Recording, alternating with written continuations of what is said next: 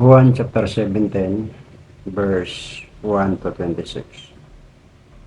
Ang mga bagay na ito ay sinalita ni Jesus, at sa pagtingala ng kanyang mga mata sa langit ay sinabi niya, Ama, dumating na ang oras, lulatiin mo ang iyong anak upang ikaw ay lulatiin ng anak. Gaya ng ibinigay mo sa kaniya ang kapamalaan sa lahat ng laman upang bigyan mo ng buhay na walang hanggan ang lahat ng ibinigay mo sa kaniya.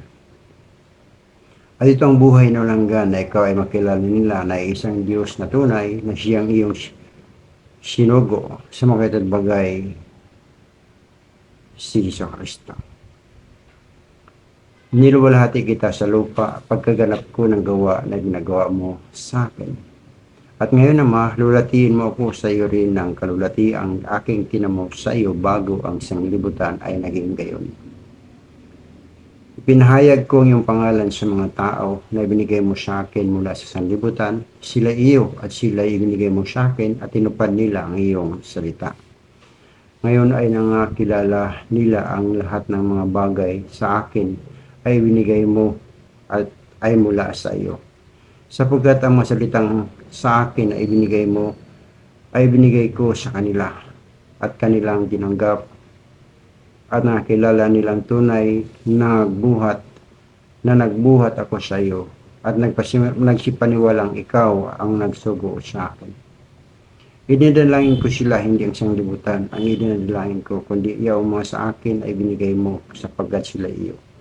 At ang lahat ng mga bagay ay iyo. At ang mga iyo ay akin at ako'y lumuluwalhati sa kanila. At wala na ako sa sanglibutan at ang mga ito ay nasa sanglibutan at ako'y pararian sa iyo, amang banal, ingatan mo sila sa iyong pangalan, iyong mga binigay mo sa akin upang sila ay maging isa na gaya naman natin. Samantalang ako'y sumasa kanila, iningatan ko sila sa iyong pangalan, iyong mga binigay mo sa akin at sila'y binantayan ko. At isa man sa kanila ay walang napahamak kundi ang anak ng kapahamakan upang matupad ang kasulatan. Ngunit ngayon ay pararian ako sa iyo at sinasalita ko ang mga bagay na ito sa sanglibutan upang sila'y magtamo ng aking kagalakang ganap sa kanila rin. Ibinigay ko sa kanila ang iyong salita at kinapuputan sila ng sanlibutan sapagkat hindi sila taga-sanlibutan gaya ko naman na hindi taga-sanlibutan. Hindi ko dinadalangin na alisin mo sila sa sanlibutan kundi ingatan mo sila mula sa masama, hindi sila taga-sanlibutan na gaya ko naman hindi taga-sanlibutan. Pakabanalin mo sila sa katotohanan, ang mga salita mo ay katotohanan. Kung paano ako yung sinugo sa sanlibutan, sila ay gayon ding sinusugo ko sa sanlibutan.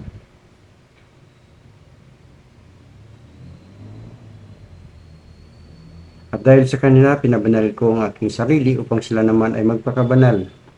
Magpakabanal sa katotohanan, hindi lamang sila ang idinadalangin ko, kundi sila rin naman ng mga nagsisampalataya sa akin sa mamagitan nila, upang silang lahat ay maging isa na gaya mo, Ama, sa akin at ako'y sa iyo, at sila naman ay sumaatin, upang ang sanglibutan ay sumampalataya na ako'y sinugo mo.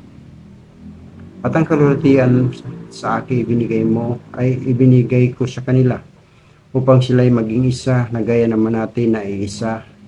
Ako'y sa kanila at ikaw ay sa akin upang sila'y malubos sa pagkakaisa upang makilala ng sanglibutan na ikaw ay sa akin ay nagsugo at sila'y iyong inibig gaya ko na inibig mo.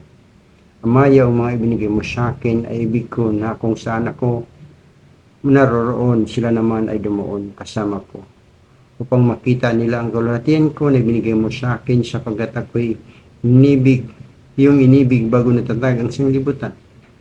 O amang banal, hindi ka nakikilala ng sanglibutan, ngunit nakikilala kita at nakikilala ng mga ito na ikaw ang nagsugo sa akin at ipinakilala ko sa kanila ang iyong pangalan at ipakikilala ko upang ang pag-ibig na sa akin ay inibig mo ay mapasa kanila at ako'y sa kanila.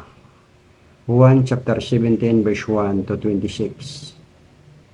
Amen.